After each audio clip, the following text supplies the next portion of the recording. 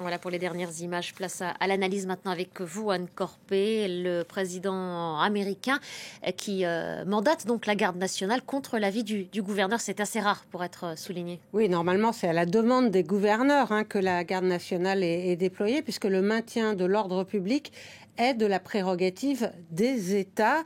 La garde nationale, c'est la seule force militaire qui peut passer de l'autorité des gouverneurs à celle du gouvernement fédéral. La dernière fois qu'elle a agi sous mandat fédéral pour une opération de maintien de l'ordre, c'était déjà à Los Angeles en 1992, au moment de l'affaire Rodney King, mais c'était à la demande expresse du gouverneur de l'époque qui était débordé par le chaos. En fait, c'est aujourd'hui la première fois depuis 1965 que le président outrepasse la décision du gouverneur. En 1965, c'était Lyndon Johnson qui avait envoyé la garde nationale pour protéger des manifestants en faveur des droits civiques. Pour agir contre l'avis du gouverneur, Donald Trump a invoqué un article du Code des forces armées qui autorise le déploiement fédéral de la garde nationale s'il y a rébellion ou risque de rébellion contre l'autorité du gouvernement des États-Unis.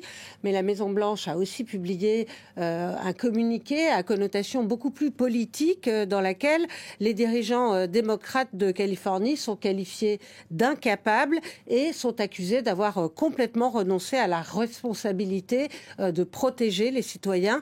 Le texte qualifie par ailleurs les arrestations massives de sans-papiers d'opérations essentielles pour stopper, je cite, l'invasion de criminels illégaux aux États-Unis.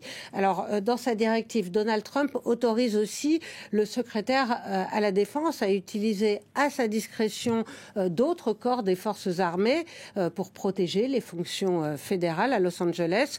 Le chef du Pentagone a aussitôt réagi sur le réseau X et a indiqué que les Marines d'un camp situé au sud de Los Angeles avaient été placés en état d'alerte. Leur mobilisation effective marquerait une escalade majeure dans la répression des manifestations. Elle risquerait aussi de faire grincer des dents au sein de l'armée, traditionnellement hostile à tout déploiement sur le sol américain. Et avant même son arrivée à la Maison-Blanche, il n'en a jamais fait mystère, Donald Trump, de sa disposition à solliciter la garde nationale. Oui, il faut dire que pendant son premier mandat, Donald Trump avait voulu déjà placer la garde nationale sous mandat fédéral pour l'envoyer mater les manifestations du mouvement Black Lives Matter. Vous savez, c'était après la mort de l'Afro-Américain George Floyd, tué par des policiers à Minneapolis en 2020. Mais son entourage l'avait dissuadé de le faire. Son secrétaire à la Défense, Mark Esper, avait estimé qu'une telle mesure ne devait être prise que dans les situations les plus urgentes, les plus extrêmes. L'actuel secrétaire à la Défense, Pete Hegseth, était à l'époque commentateur sur Fox News et lui prônait aussi une intervention de l'armée. Les gardes nationaux avaient été finalement déployés pour calmer les manifestants à l'époque, mais c'était à la demande des gouverneurs et ceux qui l'avaient refusé, eh bien, Donald Trump en avait pris acte et ne les avait pas contraints.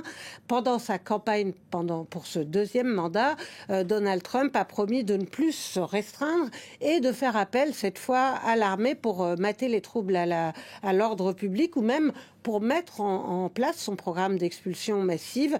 Cette fois, si la violence se propage, je n'attendrai pas pour envoyer les troupes, a-t-il répété lors de ses meetings. Mais Donald Trump interprète les scènes de violence différemment selon leurs auteurs. Il avait notamment refusé d'appeler la garde nationale pour empêcher ses partisans d'entrer dans le bâtiment du Capitole le 6 janvier 2021, et ce, malgré les appels répétés de la maire de la capitale fédérale, des émeutiers qui ont donc investi et saccagé le Capitole, qui avait ensuite été condamné à des peines de prison. Mais Donald Trump les a graciés dès son retour à la Maison-Blanche. Nabia. Merci beaucoup, Anne. Merci pour toutes ces explications.